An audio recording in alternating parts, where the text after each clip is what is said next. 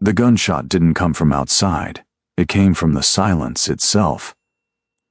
Kang Tae-shin sat motionless at his table, watching the waiter's hands tremble as he poured wine. The man's fear wasn't about bad service. It was about the 3 bodies that had been removed from this same restaurant 2 weeks prior, men who'd thought themselves untouchable until they'd insulted the wrong person. Tae-shin hadn't raised his voice then either. He never did. In Vermilion Heights, silence from Kang Tae-shin meant someone was already dead. They just didn't know it yet. Across from him, Seo Min-jae examined her engagement ring with the detached interest of someone appraising a business asset, which, in every way that mattered, it was. Their wedding wasn't about love. It was about consolidating her father's political machine with Tae-shin's underground empire. Chairman Han controlled politicians. Tae-shin controlled everything those politicians pretended didn't exist. "The ceremony will be at the Grand Lotus," Min-jae said, her voice carrying the mechanical precision of someone reading quarterly earnings. "Father insists on 700 guests minimum. The optics matter more than the event itself." Tae-shin nodded, his attention fracturing in a way that hadn't happened in 5 years. Something felt wrong. Not the obvious wrong of rival families planning moves or federal investigators closing in. This was different, personal, ancient. Then she walked in. Lena Brooks moved through the restaurant entrance like a ghost materializing from memory, and every carefully constructed wall Tae-shin had built around his past began to crack. She wore simple clothes, nothing that would draw attention in a place where women drape themselves in diamonds that cost more than houses. Her hair was shorter now, pulled back practically, but her eyes, those impossible green eyes that had once looked at him like he could be saved, were exactly as he remembered. Behind her, 3 children followed in a careful line. Tae-shin's wine glass paused halfway to his lips. The restaurant noise faded to white static. The children were 5 years old, maybe 6. Triplets, 2 boys and a girl. And they all had his face. Not resemblance, not similarity. His actual face, translated through childhood and combined with Lena's features. The first boy had Tae-shin's sharp, analytical eyes and Lena's auburn hair. The second had Tae-shin's bone structure softened by Lena's gentler lines. The girl had inherited the most dangerous combination, Tae-shin's intensity and Lena's fearlessness, visible even from across the room in the way she scanned the restaurant like a tiny general assessing territory. "Tae-shin?" Min-jae's voice cut through his paralysis. "What's wrong?" Everything. Nothing.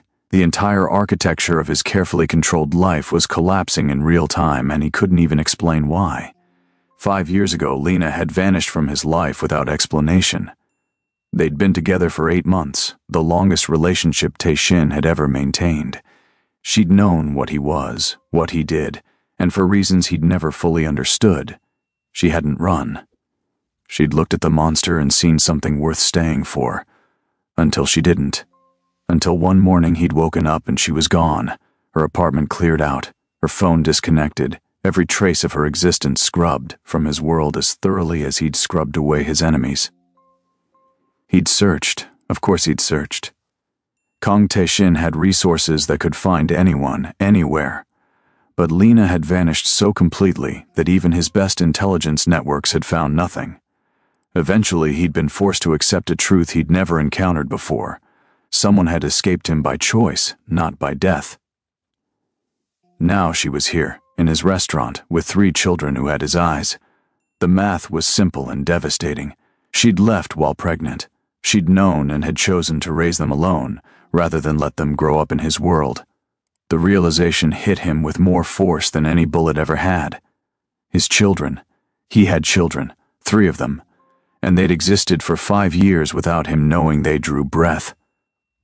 Lena's eyes met his across the room. No smile, no acknowledgement, just a steady, measured gaze that communicated a single message. "I know you see them. Don't make a scene. I need to handle something," Tae-shin said, standing abruptly. Min-jae's hand caught his wrist.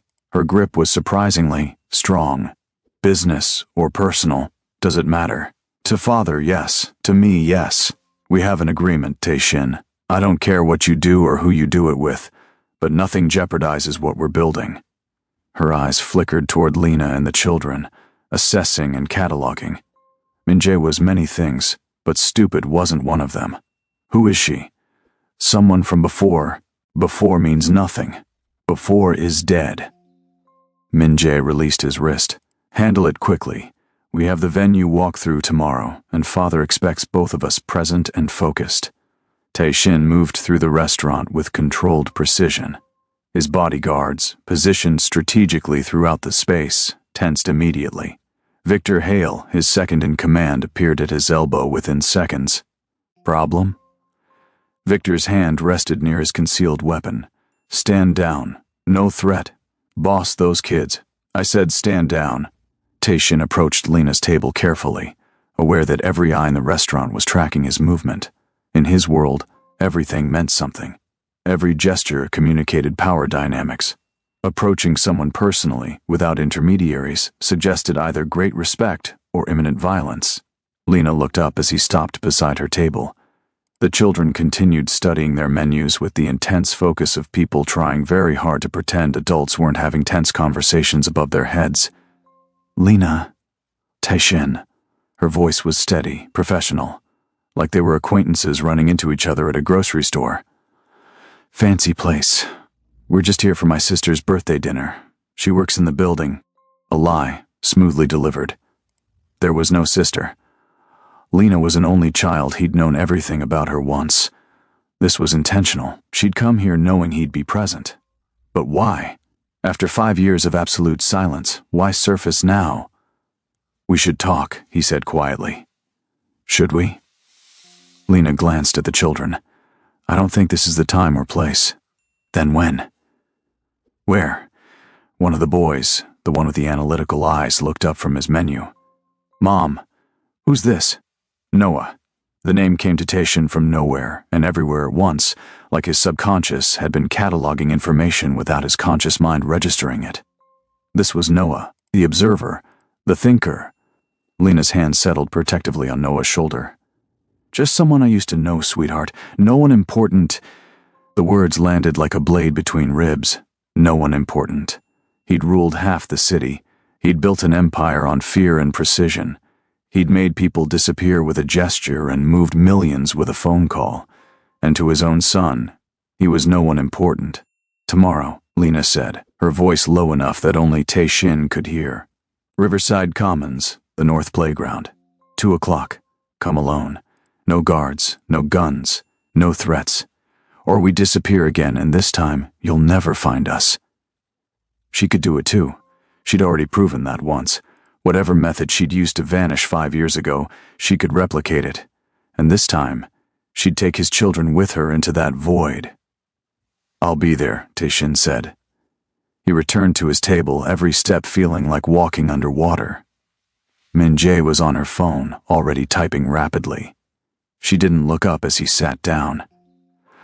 I've informed Father that you had a personal situation arise. He's running background on the woman now.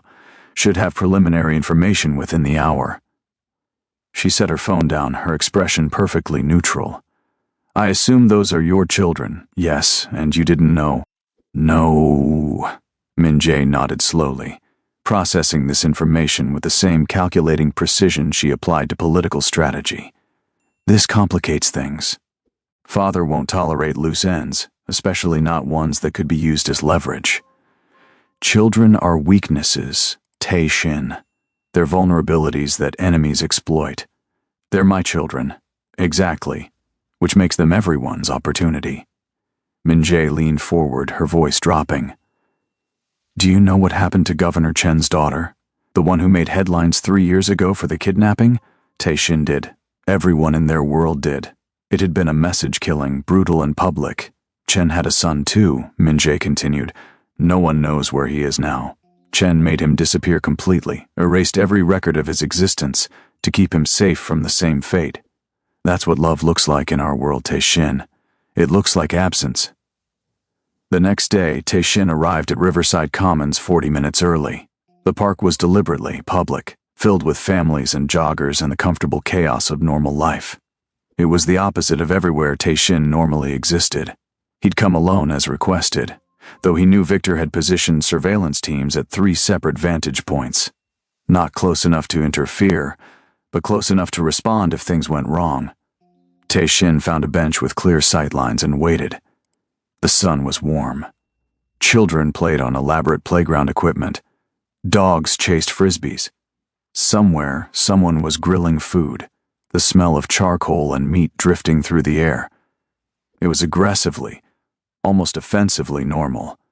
Lena arrived exactly at 2 o'clock, the children trailing behind her like ducklings. They'd spotted the playground immediately, their faces lighting up with uncomplicated joy. "Can we?" the girl asked, already moving toward the equipment. "Stay where I can see you, Mira," Lena said, "and keep your brothers close. Mira, the fearless one." She was already running, the boys following with varying degrees of enthusiasm. Noah headed for the climbing structure with methodical determination. Eli, the quieter one, gravitated toward a sandbox where another child was building elaborate castles. Lena sat beside Tae-shin on the bench, maintaining careful distance. For several minutes, neither spoke. They just watched the children play, existing in parallel silence. "They're beautiful," Tae-shin said finally. "They're everything." Lena's voice carried an edge of steel wrapped in softness. "They're smart, kind, funny, curious about the world.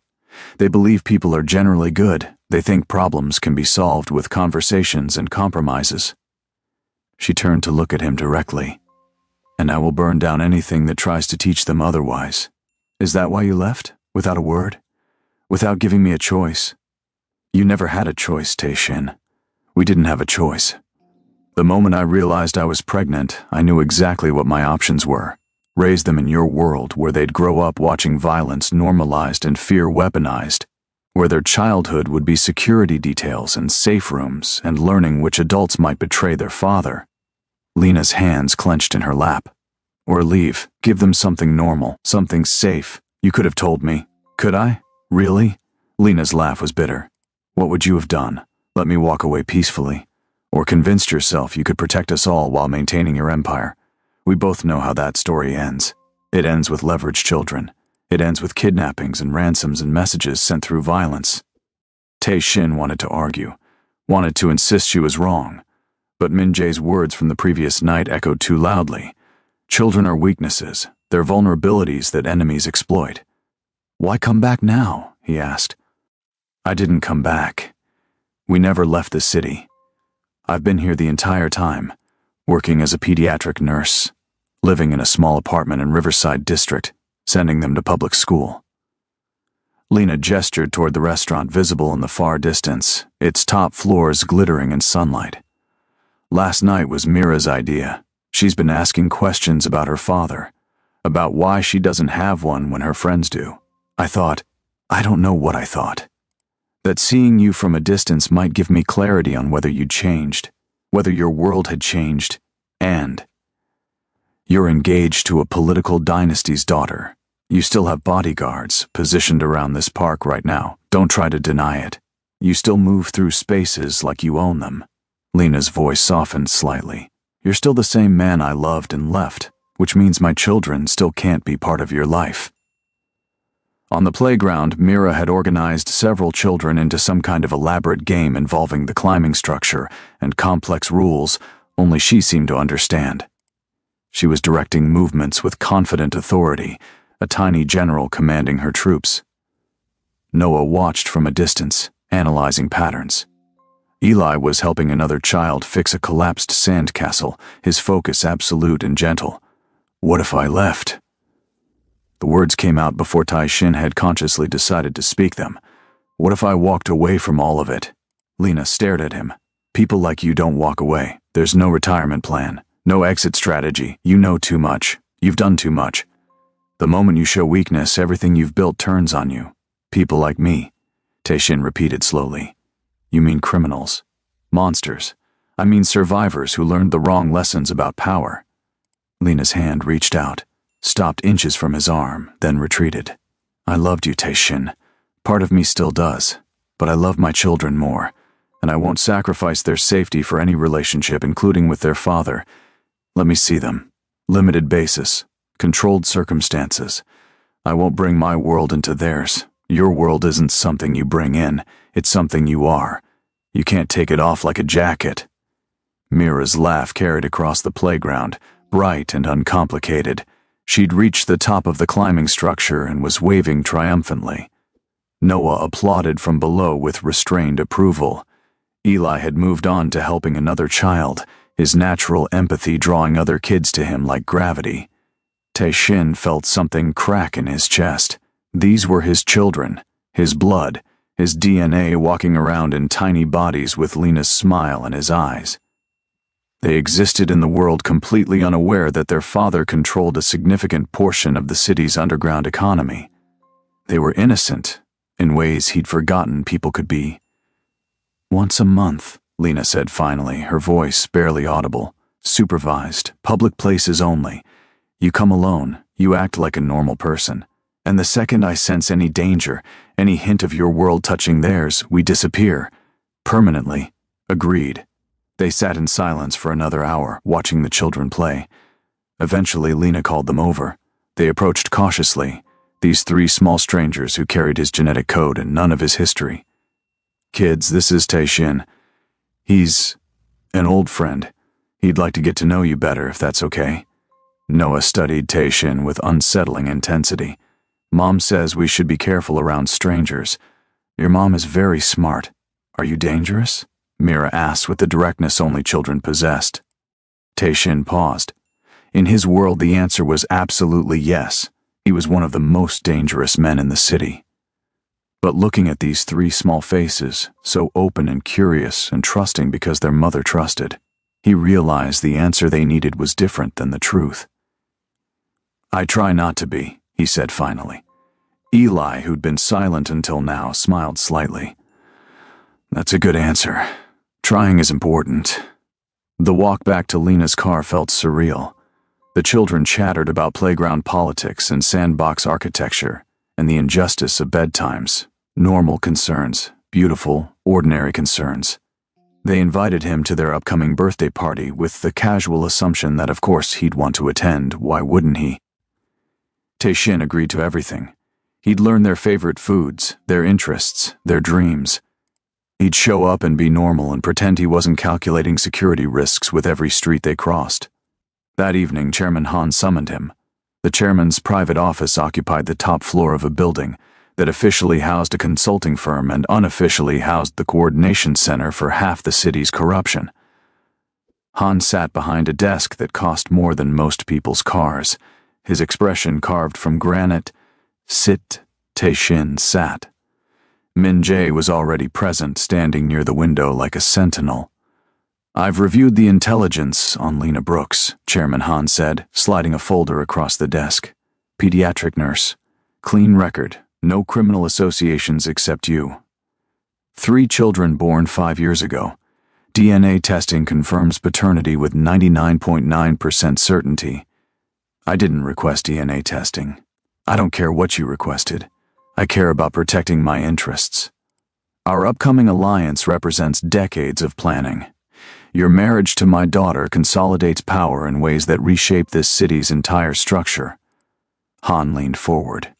"And now you have 3 vulnerabilities walking around in public schools, completely unprotected, completely exploitable. They're children. They're leverage." Han's voice was flat, stating facts without emotion. "Do you know why I only have 1 child? Why I ensured Min-jae was raised in secured facilities with rotating security teams and limited public exposure? Because you're paranoid, because I'm realistic. I had a son once, older than Min-jae by 3 years. Brilliant child, destined for great things." Han's face remained expressionless, but something cold flickered in his eyes. "When he was 7, one of my rivals kidnapped him. They sent me a finger, then an ear, then photographs of what they'd done to him over 3 days. They wanted me to surrender territory, admit defeat publicly, bow to their authority." The office was completely silent. Even Min-jae had gone still, like she'd heard this story before, but it never got easier. "I refuse their terms," Han continued, "because showing weakness invites more attacks. 3 days later, they killed him. Sent me the body in a box with a note, 'Kings who love their children make poor kings.'" Han stood, walking to the window. I had every member of that organization killed, their families, their associates, their distant cousins. I erased that organization so thoroughly that historians debate whether it ever existed, but it didn't bring my son back. I'm sorry, Tae-shin said quietly. Don't be sorry. Learn. In our world, love is the most dangerous weakness. Those children are targets from the moment anyone knows they exist. My enemies, your enemies, our future enemies, everyone who wants leverage against the power we're building. Han turned back to face him. You have two choices. Cut them out completely. Act like they don't exist. Or every alliance we've built, every plan we've made, becomes compromised. Tae-shin looked at Min-jae. She met his gaze steadily. I told you, she said softly. Love looks like absence in our world, and if I refuse, then we have a problem, Chairman Han said. Because I won't allow vulnerabilities to compromise my daughter's future. If you can't secure those children properly or remove them as factors, I'll handle it myself. Cleanly, professionally. They'll simply disappear. The threat wasn't implied. It was explicit. Crystal clear. Chairman Han would kill Tae-shin's children to protect his political empire. Tae-shin stood slowly. If you touch them, everything you built ends. Not eventually, not strategically, immediately. I'll burn it all down. You'd destroy yourself. Absolutely. Tae-shin's voice was perfectly calm. I've spent 15 years building my empire. I can spend 15 minutes ending yours. Test me. For a long moment, Chairman Han studied him. Then he smiled, and it was the coldest expression Tae-shin had ever seen. You're already making choices, Han said. Those children are already changing you. This is exactly the weakness I warned about. He returned to his desk, dismissing Tae-shin with a gesture. You have 1 week to decide. Marry my daughter and abandon those children, or lose everything you've built, including your life. The wedding was scheduled for 3 weeks. The venue was booked. Invitations had been sent to 700 of the city's most powerful and corrupt individuals. Alliances had been promised. Deals had been structured. The wedding wasn't just a ceremony. It was a reorganization of the city's entire power structure, and Tae-shin was going to burn it all. He spent 2 days making calls. Quiet conversations with people who owed him favors or feared him sufficiently. Victor helped coordinate, asking no questions but understanding everything. This is suicide, Victor said finally, reviewing the plan. You're dismantling everything we built. The moment Han realizes what you're doing, he'll retaliate. I know. Those kids better be worth it. They are. The plan was simple in concept, catastrophic in execution. Tae-shin had spent 15 years building networks of loyalty through fear and reward. Now he'd spend 1 week destroying those same networks from within. Leak critical information to federal investigators. Trigger internal conflicts between allied organizations. Collapse financial structures that connected everything together. Make himself radioactive to every power player in the city. By the time Chairman Han realized what was happening, Tae-shin's empire would be rubble, and Han's political machine would be so compromised by association that survival would require distancing himself completely from their planned alliance. The engagement announcement's retraction hit media outlets on a Friday evening. By Saturday morning, federal raids were hitting 3 organizations connected to Han's network. By Sunday, internal warfare had erupted between groups that had previously cooperated under Tae-shin's coordination. Min-jae called him once. You chose them, she said. Not angry, just stating facts. Yes, Father will kill you for this. You know that he'll try. I actually hoped you'd choose power. It would have made things simpler. Min-jae paused. But I understand. If I had something worth protecting besides ambition, maybe I'd make the same choice. Maybe. She hung up without saying goodbye. Chairman Han's response came swiftly and violently. Tae-shin's business fronts were targeted. His associates were arrested or disappeared. His safe houses were raided. But Tae-shin had spent the week moving assets, securing loyal people, and most importantly, creating distance between himself and anything that could be traced back to Lena or the children. The final conversation with Victor happened in a parking garage, both of them aware this might be the last time they spoke as free men. Extraction is ready, Victor said. New identities, clean backgrounds, small town in Oregon, teaching position arranged at a public school under your new name, bank accounts established, with enough to live comfortably but not suspiciously. You should disappear too, Tae-shin said. Already planning on it. Maybe I'll try Australia, see if criminals there are more interesting. Victor extended his hand. It's been an honor, boss. They shook hands. 15 years of partnership ending in a parking garage handshake. What's your new name? Victor asked. Daniel Brooks, high school history teacher. Victor laughed. From crime lord to teacher, that's poetry. 3 months later, Daniel Brooks walked his children to their first day at a small public school in Oregon. Mira held his right hand. Noah held his left. Eli walked slightly ahead, already making friends with another quiet child near the entrance. Lena waited by the car, watching with an expression that mixed hope and lingering skepticism. They weren't married. They were barely dating again, but they were something. Co-parents. Former lovers learning each other again in a world without violence. Any regrets? She asked when he returned after drop-off. Daniel considered the question honestly. He'd lost everything, his empire, his reputation, his power. People who'd feared him now had no idea he existed. He taught history to teenagers who thought his strictness about homework was the most authoritarian thing they'd ever experienced. His biggest daily crisis was deciding what to make for dinner. I had everything before, he said finally, watching his children disappear into the school building. Money, power, fear, control. I thought I was building something permanent. And now I have 3 kids who argue about whose turn it is to pick the movie. I have a job that pays okay but not great. I drive a used car and buy groceries with coupons. He looked at Lena, and something in his chest felt lighter than it ever had in his previous life. And none of it matters. Because they're safe. They're happy. They think the world is fundamentally good because we've built a world around them that is. Lena's hand found his, their fingers interlacing carefully. Welcome home, Daniel. That evening, over dinner that was slightly burned because he was still learning to cook, Mira asked if he'd tell them a story. Not read one from a book, but tell one from his life. Something exciting, she demanded. Something with adventure. Daniel looked at these 3 faces watching him with complete trust. They didn't know who he'd been. They knew who he was now, Dad. The person who helped with homework and attended school plays and made terrible jokes at breakfast. Once upon a time, he began, there was a man who thought he needed to rule the world to matter.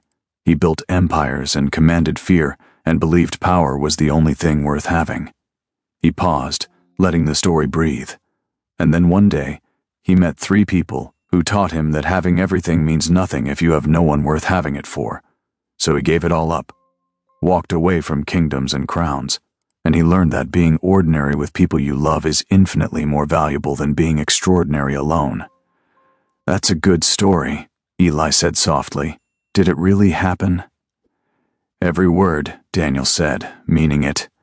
The children finished dinner and scattered to their various evening activities, Noah to reading, Eli to drawing, Mira to building elaborate structures with blocks that defied physics. Daniel watched them, these 3 miracles he'd never known he needed. His phone buzzed once. A text from Victor, his first communication in 3 months, still alive. Australia is weird. You? Daniel typed back, still alive. Oregon is quiet, perfect. He deleted the message thread immediately. Some parts of his old life needed to stay dead. If you've made it this far, thank you for watching. This story reminds us that the most powerful thing we can build isn't an empire, it's a family worth protecting. If this story moved you, hit that subscribe button to see more content like this. Drop a comment telling me what you'd sacrifice for the people you love, and smash that like button if you believe redemption is possible for anyone willing to pay its price. Until next time, remember, sometimes losing everything is how you finally gain what matters most.